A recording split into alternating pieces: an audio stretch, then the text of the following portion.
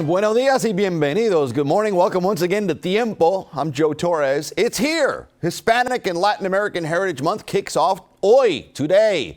And throughout the month, we will recognize the contributions and the impact of Latino Americans to our history and our culture. To begin the festivities, how about this? The Museum of Broadway in New York City has a new exhibit dedicated to the remarkable achievements of Latino artists on Broadway. The exhibit, Viva Broadway, Ayer, Hoy y Mañana, it opens today. We'll give you a preview of what you can find there. Right now, though, it's time for us to catch up with the Hispanic Federation. The umbrella organization was founded, can you believe it, back in 1990, with a network now of 750 plus nonprofits. Its focus has been to strengthen the Latino community. Recently, the Federation collaborated with the Latino Victory Foundation and unveiled the results of a new national snap poll of registered Latino voters. And that poll revealed the Latino electorate is highly motivated to participate in the 2024 elections. Here with us, our good friend, Frankie Miranda. He's the president and CEO of the Hispanic Federation. ¿Cómo estamos, señor? Muchísimas gracias. Yeah, good to have you again, my friend. Let's start with politics. The election is right around the corner, and this snap poll that you had, and one of the interesting results that I saw, 57% of respondents replied they're more interested now to vote. ¿Y por qué?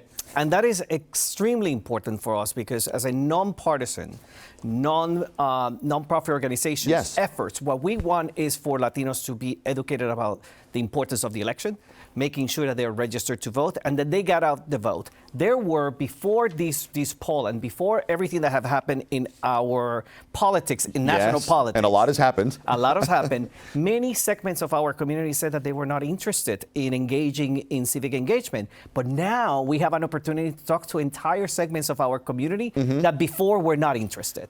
What happened that pulled the trigger that suddenly turned things from so interested to now muy interested? I can take an educated guess. There was a big change at the top of the Democratic ticket. Absolutely. And that is pretty much what triggered all of these new enthusiasm or curiosity. Yes. Because in our poll, it also reveals that Latinos are really interested to hear what exactly are the platforms that these two parties are going to provide when it comes to our community. So messaging is huge. Absolutely. And making sure that we're talking to members of our community that are culturally competent, linguistically competent. We'll dig deeper into that in a second. But before we get away from the interest and energized community, based on your past experience, does more interest actually translate into a greater percentage of Latinos casting a ballot on election day? It depends. And it depends on the campaigns. It depends on how they are messaging our community. We're doing our work. We're educating people. We are knocking on doors, sending them information.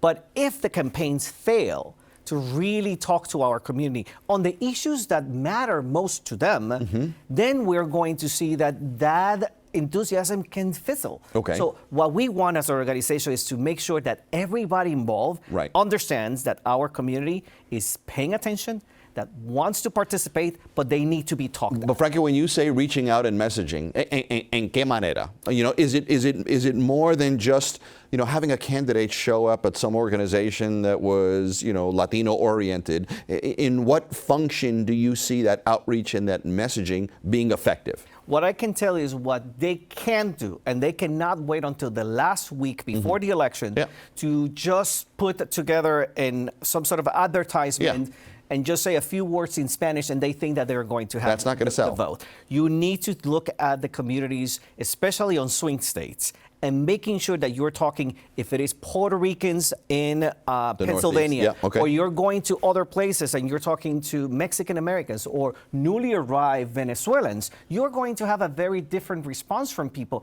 But it's because you need to make sure that you talk to them based on their realities, based on their ancestral background, how many generations they have been here. Everywhere is going to be a different message. And I'm guessing the issues of importance will also vary based on the group. However, in this poll, what we found is that pocketbook issues are what is really important for our communities. Jobs, inflation, cost of living, affordable housing. That is what Latinos want to hear. What are the opportunities available for them, especially because we contribute so much to the economy and to the American society in general, but people want to make sure that they are being talked to in terms of the issues that they care so much about. I'm guessing the campaigns each have a Latino, Hispanic advisor on the campaign. Has the Federation been actively involved, or does it get actively involved in talking to those advisors and saying, here's what you need to do, my friend, if you want to reach our people?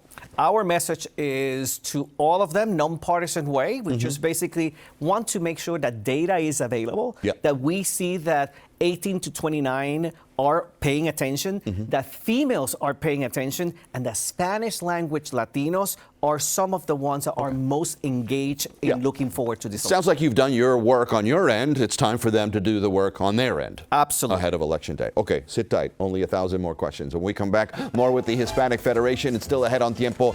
It's officially Hispanic and Latin American Heritage Month. And to kick off the festivities, the Museum of Broadway's Viva Broadway Ayer, Hoy y Mañana exhibit. It opens today, and you need to go see it when we come back.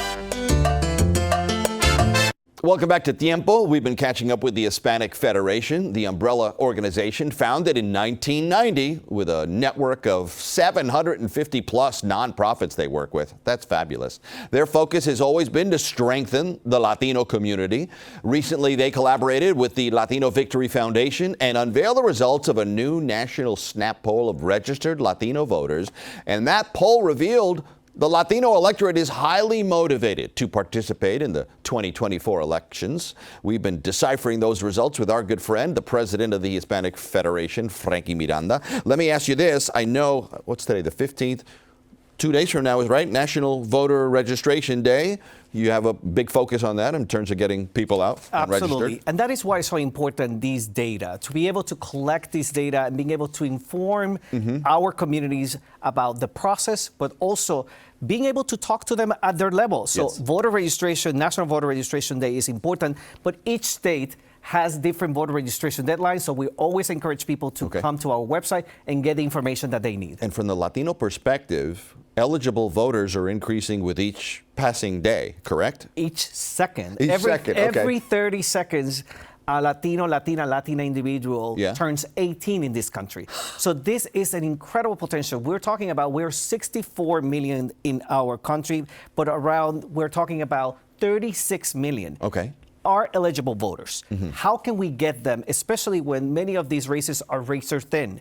We know that we have around eligible voters in New York and New Jersey, Connecticut. The numbers vary, but every single vote counts. And we see, for example, in races in New Jersey, where we're going to have potentially a congressional district that could potentially have a candidate that is a Latina.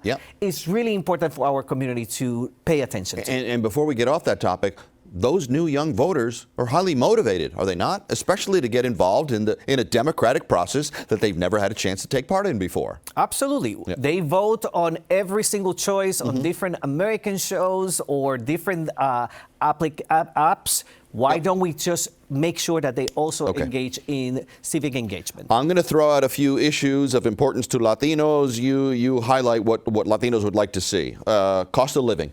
That's very high in the list. Cost of living, inflation, affordable housing, jobs are the top issues that our poll show that Latinos want to hear more about it and what the candidates are going to be doing for their community. I was just going to say, so that should be part of the messaging from the candidates. If you want to reach Latinos and where they are, cost of living is a good place to start. Absolutely. Latinos are opening small businesses. Our communities are contributing enormously. They were disproportionately affected by the pandemic, and they had been slow in the recovery. So it would not be a surprise. It was not a surprise for us to see that pocketbook issues are the top ones. Are number one. Immigration policy. Immigration policy, it was very interesting how we asked this question in our poll. We separated immigration policy for those who have been here, that are here right now, and that they can benefit from immigration reform, which has been an issue that for 3 decades, Congress have been kicking the can. The other question was around the border.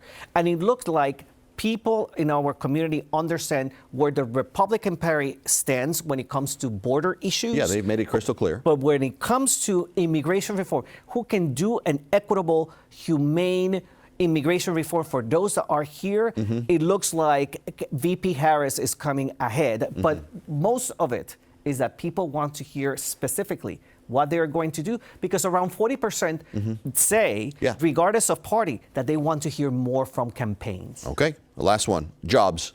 Jobs, extremely important for the community. It is one of the top issues, again, for Latinos.